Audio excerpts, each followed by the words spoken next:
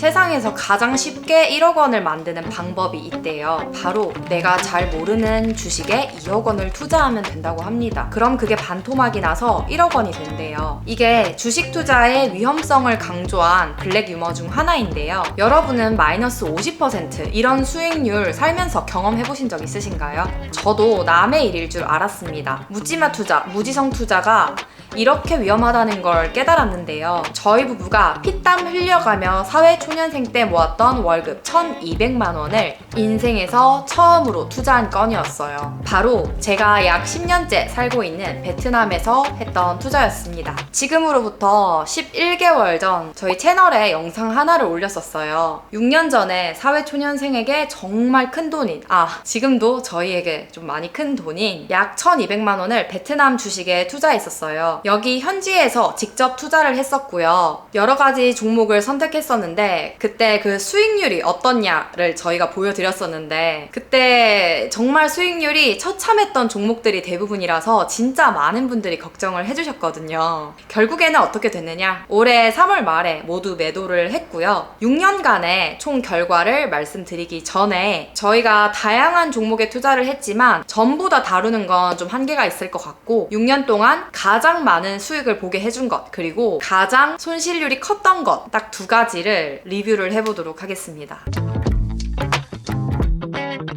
저희가 가장 많은 수익을 볼 수 있었던 종목은 비에콤뱅크라는 종목인데요. 1963년에 설립된 베트남에서 가장 공신력이 큰 은행으로 베트남에서 사실상 1등 은행이라고 보시면 돼요. 비에콤뱅크는 저희가 영상으로도 몇 번 다룬 적이 있었는데요. 베트남 예적금 금리에 대해서 다뤘을 때 비에콤뱅크가 상대적으로 신뢰도가 높다 보니까 예적금 금리도 베트남 내에서 상대적으로 낮다. 현재 약 4%대밖에 안 된다. 이런 얘기를 한번 드렸었어요.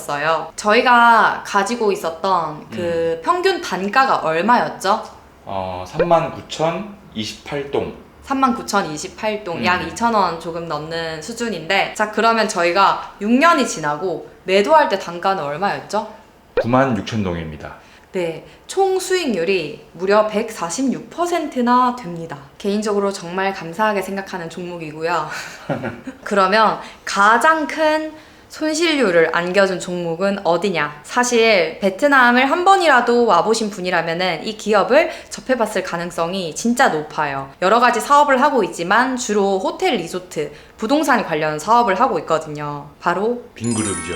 네, 빈그룹입니다. 빈펄 리조트 한 번씩 들어보셨죠? 빈펄 리조트 말고도 쇼핑몰로는 빈컴센터, 그리고 빈홈 아파트, 병원으로는 빈맥병원, 학교도 빈스쿨, 그리고 전기차, 빈페스트 이렇게 좀 다양한 사업을 영위하고 있는 그룹인데요. 예전에 저희가 투자를 했을 때는 여기서 좀 베트남의 삼성이 될 기업이다 이런 얘기들이 많이 돌았었어요. 그리고 당시에 시가총액 1위를 차지했던 순간도 있었고요. 저희는 정말 확실하게 패배했습니다. 자, 저희의 평균 평단가가 얼마였죠? 85,000동입니다. 네. 네. 그러면은 팔 때 단가는 매도 단가는 얼마인가요? 45,000동입니다. 네, 여러분, 반토막이 났습니다. 정확하게는 약 마이너스 47%의 손실을 봤어요. 근데 제가 찾아봤더니 심지어 지금은 45,000동이더라고요. 더 떨어졌어.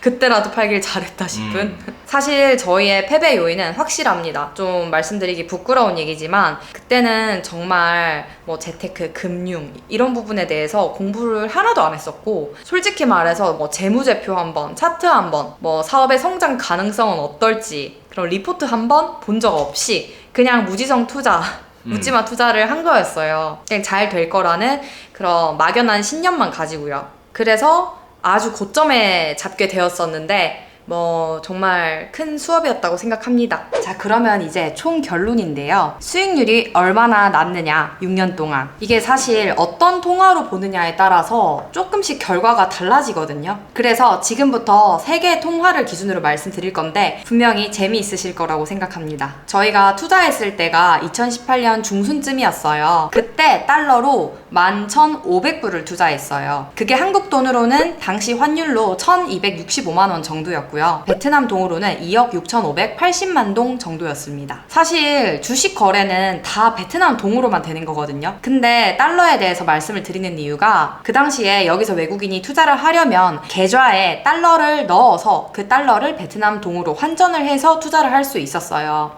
지금도 그런지는 사실 저희가 투자를 안 해본 지 너무 오래돼가지고 그건 잘 모르겠습니다. 아무튼 그래서 11,500달러를 넣었다라고 말씀을 드린 거고요. 약 6년이 지나고 저희가 2024년 3월에 모두 매도를 했죠. 일단 그래도 거래는 다 베트남 동으로 했으니까 베트남 동으로 매도했을 때 금액이 얼마였냐를 제일 먼저 보면 3억 3,222만 9,724동이에요. 세금이랑 거래 수수료는 다 뗀 금액이고요. 다행히 투자 원금 대비해서 6,642만 2,358동의 수익을 봤어요. 25% 수준입니다. 근데 이게 끝이 아닙니다, 여러분. 이걸 미국 달러화나 한국 원화로 환산하면 결과가 많이 달라지는데요. 오늘 진짜 솔직하게 다 말씀드릴 거예요. 여러분, 이렇게 다 오픈하는 얘기 어디 가서 듣기 힘들잖아요. 그러니까 채널 고정 부탁드립니다. 저희가 매도한 이 베트남 동화를 미국 달러로 지금 환율로 환산을 해보면 13,450달러 정도더라고요. 그래서 달러 기준으로는 17%의 수익을 냈습니다. 베트남 동으로는 25%인데 달러 기준으로는 17%니까 왜 다르지? 이렇게 생각하실 수도 있는데 저희가 주식을 샀던 2018년에 베트남 동 미국 달러 환율이랑 그리고 주식을 팔았던 2024년에 베트남 동 미국 달러 환율이 달라졌어요.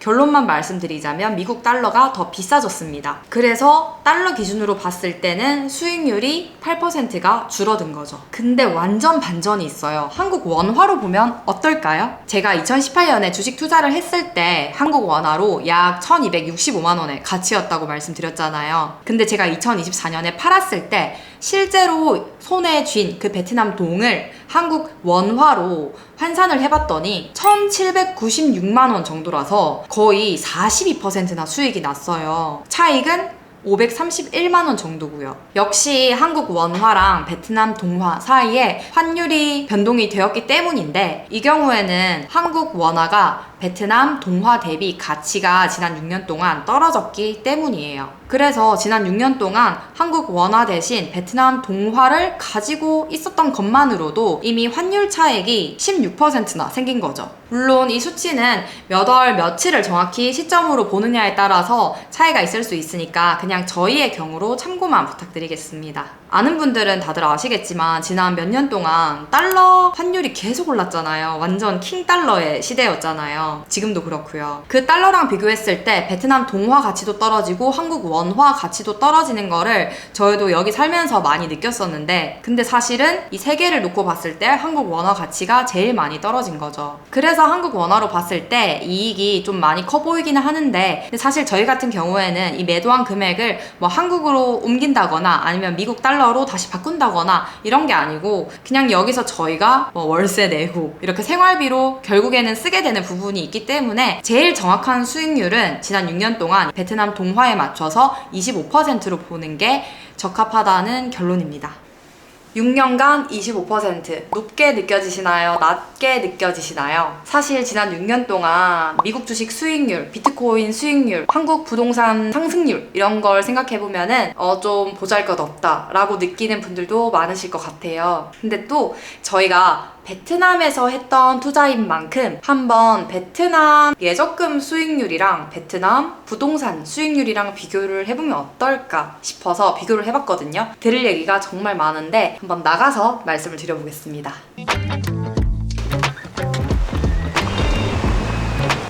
저희는 그랩을 불렀는데 저희에게 큰 아픔을 준 빈그룹의 빈페스트 차가 왔네요.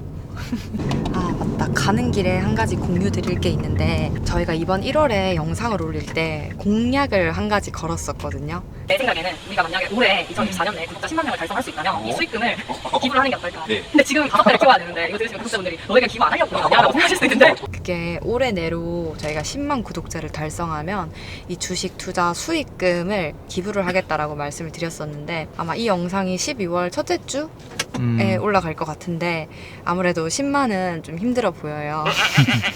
하지만 이렇게 8만 2천 분의 구독자님이 모여주신 것도 저희 입장에서는 정말 과분한 사랑이고 관심이고 정말 감사할 일이라는 결론을 내렸고요. 그래서 저희가 수익금 중에서 일부는 한국 백혈병 소아암 협회에 기부를 완료했고요. 그리고 여기 베트남 현지에서도 저희가 작년 말에 방문했던 절인데 지금 고아원으로 운영되고 있는 절이 있거든요.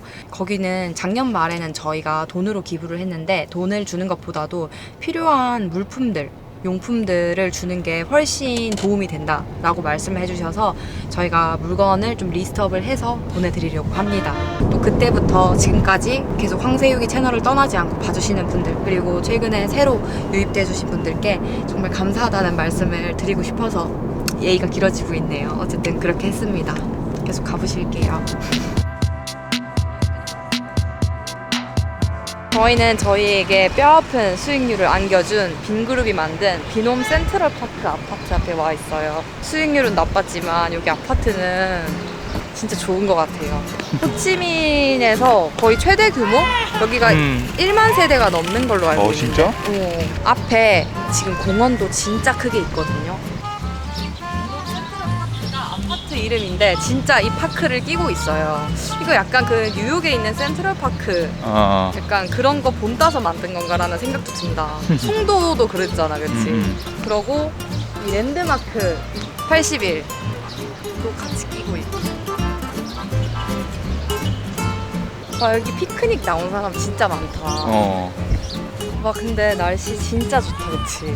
안 더워 하나도. 해가 없어가지고 딱이다. 해도 없고 드디어 약간 우기가 끝나고 이제 호치민은 건기로 바뀌고 있나 봐요. 약간 이 선선한 느낌이 감돈다, 그치? 12월에 접어드는 시기부터 한 2월 정도, 3월 정도까지가 호치민 여행 베스트 시기이긴 해요, 날씨가. 선선해. 선선하다는 가을 같다는 생각이 든다. 아까 말하다가 끊겼는데 우리가 한 투자가 예적금과 비교했을 때 잘한 투자가 맞을까? 네, 저도 이게 궁금해가지고 한번 계산을 해봤거든요. 근데 지난 6년 동안 베트남에서 예적금 금리가 6%대인 것들이 많았어요. 올해 제가 조사해보니까 막 4%, 5% 이렇게 떨어지긴 했는데 6년 동안 6% 예금에만 넣었어도 원금이 3억 7,700만 동 수준으로 불어나서 저희의 주식 투자 수익률보다 더 높은 수익을 줬더라고요. 근데 예적금은 베트남에서 이자 소득세가 없거든요. 그래서 또 그걸 감안하면은 기회비용 면에서 예금이 더 나았다. 우리는 패배였다. 예금의 수익률도 내지 못했다. 라는 결론이 나고요. 그럼 베트남 부동산이랑 비교를 해보면 어때? 수익률이? 저는 완벽한 패배라고 생각을 합니다. 근데 사실 베트남 부동산은 좀 비교의 의미가 없기는 한 게 들어가는 목돈 자체가 규모가 다르긴 해요. 베트남에서 외국인은 대출이 안 나오거든요. 그래서 이런 아파트를 사려면 내 현금이 100%가 있어야 됩니다. 외국인이 외국인 자본만으로 살려고 하면요. 그래서 아무리 6년 전이라고 해도 저희가 넣었던 그 11,500불 정도의 수준으로 살 수 있는 아파트는 없었기 때문에 사실 애초에 그 돈으로 할 수 없었던 투자니까 비교 대상은 아니지만 그래도 굳이 비교를 해보자면 웬만한 주요 입지에 있는 하노이, 호치민 아파트들이 다 2배 이상씩은 올랐거든요. 다 100% 이상씩은 상승을 했기 때문에 저희의 25% 수익률은 아주 미약한 수준이다라고 결론을 낼 수가 있을 것 같아요. 근데 베트남에서 한국인뿐만 아니라 외국인도 이제 아파트를 살 수 있는지 많이 물어보시더라고. 맞아요. 살 수 있습니다. 그런데 이제 모든 아파트를 살 수 있는 거는 아니고 2015년 그 법 개정 이후로, 그러니까 외국인도 살 수 있게 된 이후로 신규 아파트 분양 프로젝트 건에 한해서 총 세대수의 30% 이내에서 그 30% 쿼터 내에서 살 수는 있어요. 그래서 지금도 많은 외국인들이 여기 호치민이나 뭐 하노이, 다낭 이런 현지에 있는 핵심 입지에 있는 아파트들을 많이 거래를 하시더라고요. 여기 한인 부동산도 되게 많아요, 찾아보면. 그리고 여러분, 마무리하기 전에 한 가지 정보만 더 드리자면, 이것도 질문을 몇몇 분들이 주셨었거든요. 베트남 주식 투자하면 세금 얼마나 나오냐, 이거 많이 물어보셨는데 저희가 완전히 이렇게 다 매도한 적이 없어서 사실 체크를 해본 적이 없었거든요. 근데 이번에 확실하게 체크해봤더니 세금은 총 매도 금액의 0.1% 수준이 나갔고요. 또 거래 수수료가 총 매도 금액의 0.15% 수준이 나갔더라고요.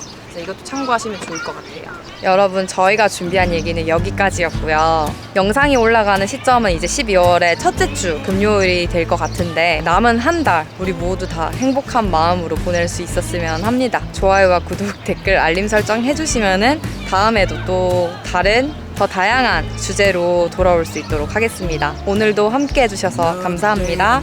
다음에 또 만나요.